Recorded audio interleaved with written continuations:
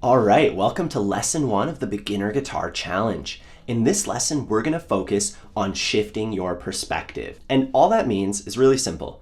You need to be able to compare what you're doing, where you're putting your fingers, with what you're seeing. So if you're reading a chord symbol or if you're looking at someone else's hands, you're watching a tutorial, you need to be able to kind of shift your perspective and understand what's going on.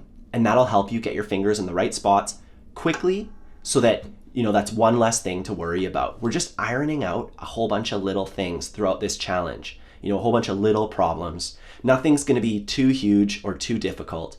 Anyways, for this one, we're gonna need to print off this page from the booklet. And you can see it right here. We have the guitar neck. That's just a picture of the guitar. There's those little dots there, and that's where you're supposed to put your fingers. And then if we rotate it, here we have a traditional chord symbol. So this is what you'd see in a book from like 80 years ago. They've been using these chord symbols forever. If we look at the other side of this sheet, this is just like the chord symbol, but this is what it looks like when an actual hand is pressing down the notes. So see, there's the chord symbol and there's the hand. And this might be a little confusing right now. I'm just rotating all these things and it's hard to tell. So that's why I want you to print this out. And what we can do is we can actually lay it over the guitar. So you just line up that picture of the guitar with your actual guitar. And that is where you would put your fingers if you were playing the E chord. So, I would put a finger there, there, and there.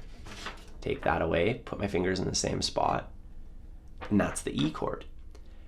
And then I want to show you that if we just take this and we rotate it,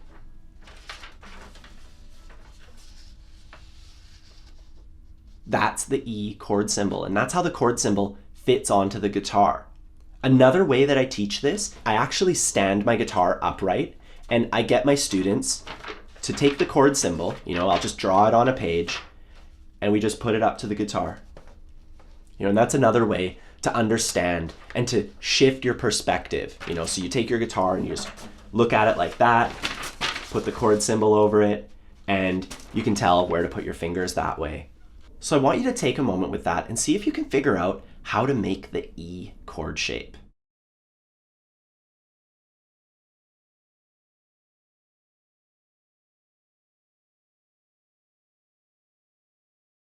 Cool, so now let's talk about how to make that shape bit by bit. Let's go through the steps. So we're gonna start by looking at the thinnest string.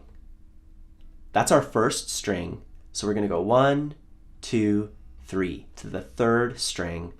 And then we're gonna put our first finger down on the first fret. And then we're gonna put our third finger on the second fret of the next one, and then the second fret of the next one.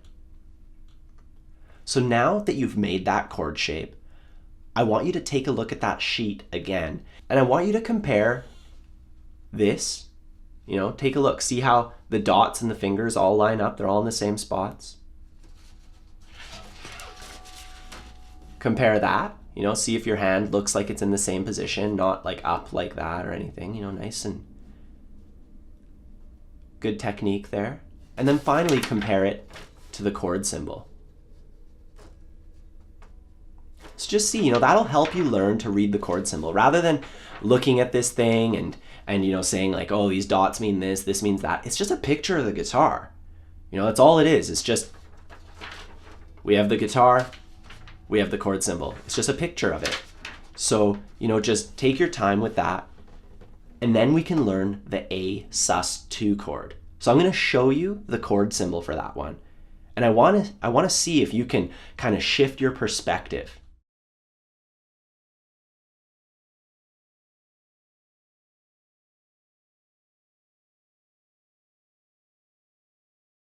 So if you had trouble with that, there's one other thing that really helps with this. Whether the guitar is upright like this, or it's this way, or you're looking down at it, so it's, from your perspective, it's upside down.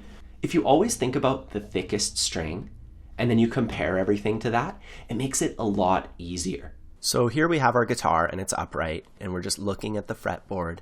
Here's our E chord shape. Let's just stretch it out. So there, that's lined up pretty good. You know, you have your fret right there, your next fret right there. And if we pop it there, it kind of just tells us where to put our fingers. This is what my hands would look like. So if you were watching one of my tutorials and you saw me make a chord shape, this is what you'd see. This is, you know, your view of the teacher's hands. And I guess the easiest way to set your perspective, it's to think about the lowest string. You know, that's the one that I've highlighted in green here. That's the thickest string. You know, that's where the lowest string is. On the chord symbol, that's where the lowest string is. On our actual guitar, that's where the lowest string is. So you just start with the lowest string and then you think, okay, from the lowest string, I go to the next one. And you just think, on that next one, I have my middle finger on the second fret. We go to the next one. Oh, I have my ring finger, my third finger. You know, you can see all that information's here. It's just a matter of looking at it and making that connection, having a couple little tricks. So if you still need a little bit of help, I'll show you how to make the A sus2 chord. And in my course, we go through all the basic chords just like this, step by step. You know, so if you're still having trouble and still struggling, for the entire course, we always keep it down at a really simple level. You know, so here's our A sus2 chord. Let's start at the thickest string. You know, we have our thickest string. We're gonna skip it. We're gonna skip the next one.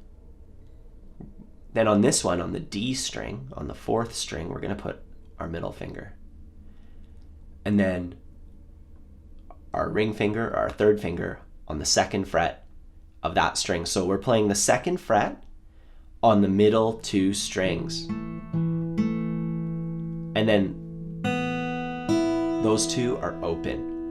And this chord shape is a really good opportunity to develop a good hand posture. And I included a handout that has 4 troubleshooting steps for your chord shapes. I don't want to get too nitpicky with this because this can be a really, really long subject. We spend so much time in my course going over these types of things. But basically, you want to have your fingers so that they're kind of arched. You want to have your thumb in a good spot. You know, looking at it from the side view, we want our fingers to be up like that and not down like that. They have to be up so that they don't touch strings they're not supposed to. And we want our thumb to be around the middle of the neck. We don't want it too high. We don't want it too low. If we do this, it's really hard to get those top strings. So we want our thumb around the middle of the neck. It's a good, comfortable spot. And now let's do a quick review. Let's make our E chord shape. Then we're gonna give you 10 seconds to make the A chord shape. Then you're gonna have 10 seconds to make the E shape again, and then 10 seconds to make the A shape. So it's gonna be a bit of a time trial, but you have lots of time to switch. You have 10 whole seconds. You know, some of you might get this in like 2 seconds. Some people might take a little longer. So get ready to make that E shape. Our 10 seconds starts now.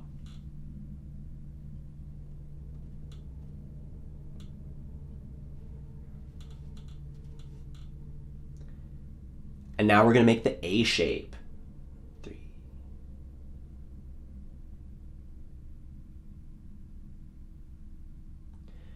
Back to E.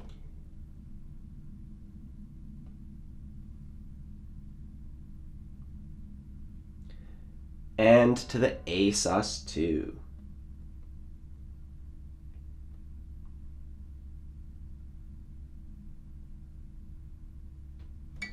Nice. And one thing that we can do that'll make that switch easier from E to A sus2 is we can actually leave our first finger down as we switch.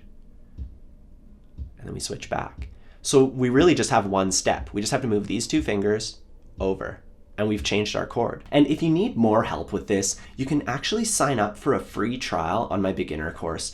I've unlocked the first few lessons, and in one of them, we go between those 2 chord shapes. There's a totally different perspective on it, and maybe that'll help you, get through it. We go really slowly. We spend a couple lessons talking about it. So, maybe check that out and practice strumming the E chord and the A sus2 chord. And now the last thing we're going to talk about is troubleshooting our chord shapes. And this is something that will develop over time, but you can take these simple steps and that'll make them cleaner that much faster. So let's make our E shape.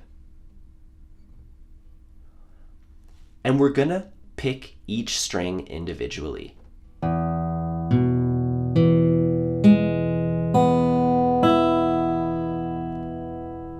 Now, if every one of your strings worked out, that's pretty amazing. I haven't seen that happen in quite a while where a new student can just instantly play a clean E shape. Most of the time it's going to sound more like, and have some missing notes and stuff like that. And there are 4 steps that you can take. There's a handout for this that you can go through every time you try out your chord shapes, and that'll help you make them way cleaner, way more accurate. First thing we want to do is arch our fingers. So that's like how we talked about having our thumb in a good spot, having our fingers arched. We test the notes. Make sure that your fingers are close to the fret as they can get. If your fingers are here, it's a lot harder to hold down the strings. And the last thing that we do, once we've gone through those other 3 troubleshooting steps, is we just press a little harder. Like, don't hurt yourself, but sometimes maybe you're just not pressing hard enough. You're just not used to how much force it takes to hold down a string. So your goal for next time is to be able to play your E chord and your A sus2 chord on demand. You just want to be able to make the shape, make the other shape, and you want to test them out each time to make sure that the strings are ringing cleanly. That's a thing that a lot of people overlook. They don't take the time to do it. That's going to make a huge difference. So you have your work cut out for you. Next time, we're going to go over some rhythm stuff. We're going to build up our internal rhythm and focus on feeling the beat. I'm sure you've heard somebody talk about being able to play with the beat. That's what we're going to focus on, is being able to hear that beat, being able to feel it, clap along, count along. So stay tuned. Remember though, you got to work on that E chord and that A sus2 chord before we can move on. And before we go, let's talk about exactly what you should be practicing between now and the next lesson. If you look in the booklet under the lesson 1 review, the first thing I want you to do is go over the E chord shape and test each string just like we showed you in this video. And then I want you to do that with the A sus2 shape. And you're going to want to go back and forth between those. Make the E shape, test it out, make the A shape, test it out. And I want you to do that at least 5 times before you mark this exercise as complete. And you're going to want to do that right now and tomorrow. So that way you can reinforce that knowledge. And don't forget, there's 2 things I want you to use to help you out with that. First, if you need help remembering the shape, to print off that chart and actually put it over your guitar. That way you're going to know exactly where to put your fingers, and you're going to be able to relate that to the chord symbol. And then there's the 4 chord troubleshooting tips. So there's your finger placement, finger pressure, thumb placement, arched fingers. Compare your hand to the diagrams and make sure that you have your fingers in the exact right spots, because that makes a huge, huge difference. And number 2, I want you to switch between E and A sus2 with a timer. And all you have to do is rewind this video and just keep practicing along with that part where we give you 10 seconds to switch between the 2. You could time it yourself with a stopwatch, just looking at the clock every 10 seconds. Totally up to you. And once you've done that, I'm not joking, at least 20 times. That's what it's going to take to just get started. So do that today and tomorrow.